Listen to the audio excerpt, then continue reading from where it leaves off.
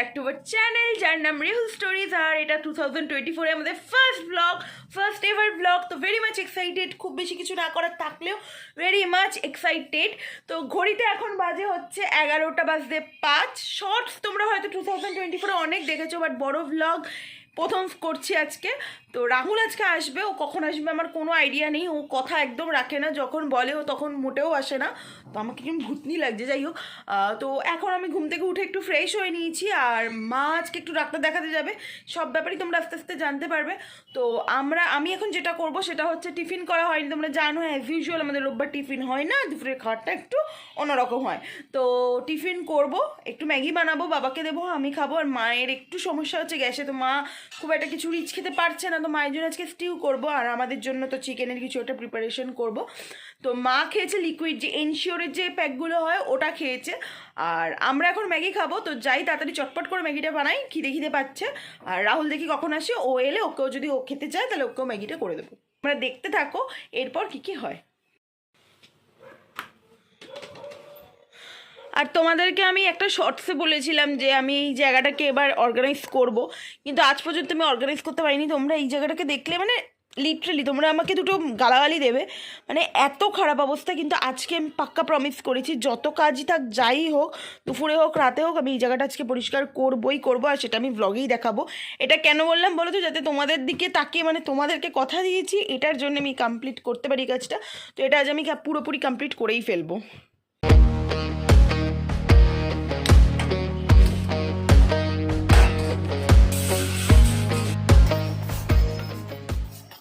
তো বানিয়ে নিয়ে চলে এসেছি।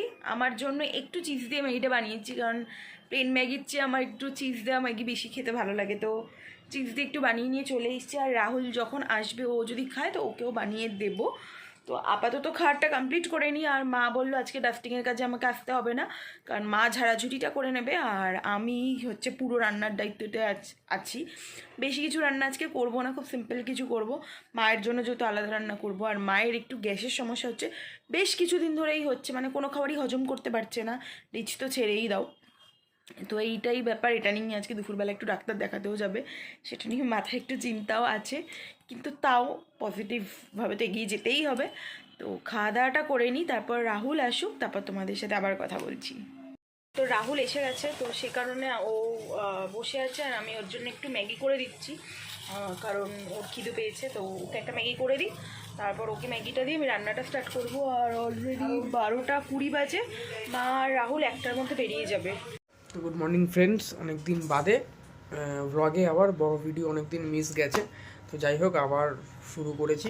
তো আজকে তোমাদের বাড়িতে এসে রিমা বললো আজকে তোমার হচ্ছে গিয়ে রবিবার, আর হচ্ছে 12 তারিখ, 12 তারিখ তো 14 তারিখ, সরি আজকে 14 তারিখ, 12 তারিখ না 14 তারিখ। আমার ঘড়িটা ভুল টাইম দেখাচ্ছে, ডেট দেখাচ্ছে। যাই হোক, তো ঠিক আছে, এখন এসছি, কিছু কাজও রয়েছে বাড়িতে। আসলে অনেক কাজকর্ম হচ্ছিলো বাড়িতে, একটু প্রবলেম হচ্ছিলো, ওই জন্য কালকে রাত্রিবেলা আসতে পারিনি। আজকে সকালে এসেছি, আর কাকিমাকে নিয়ে এখন যাবো ডাক্তারখানায়।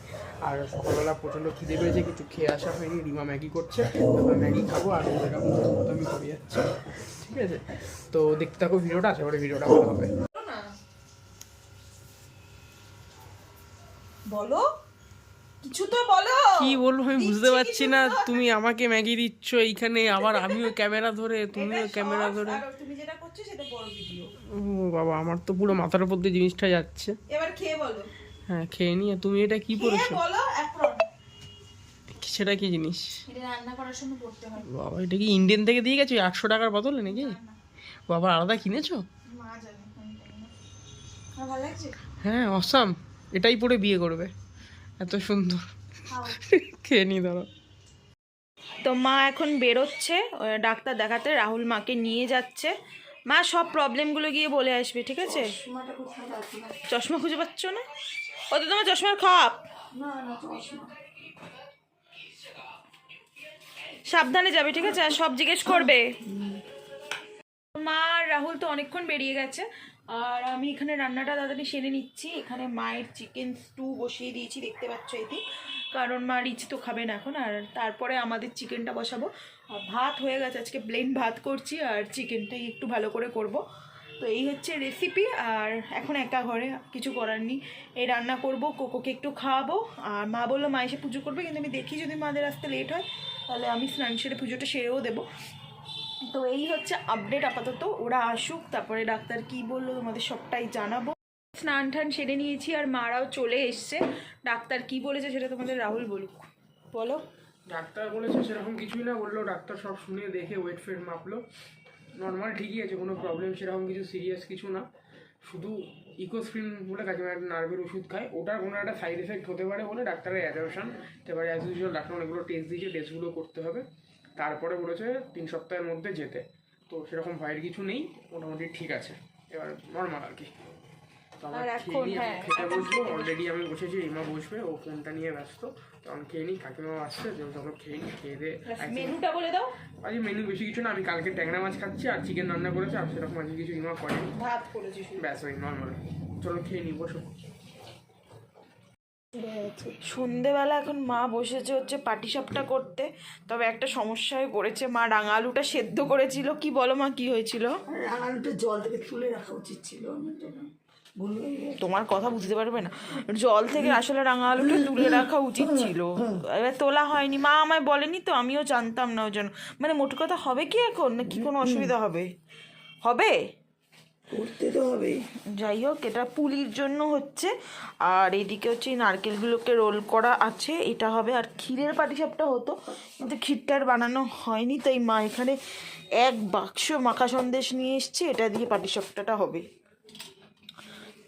ও মামা, তাহলে আমি একটু বসে আসি, তুই এখনো মাখবে? বানাতে দাও। ও এখনই হবে? আচ্ছা ঠিক আছে, চলো স্টার্ট করি। পরশু দিনকে আমি 2টো কেক অর্ডার করেছিলাম, আসলে মা বাইরে থেকে রেস্টুরেন্ট থেকে কেক আনায়।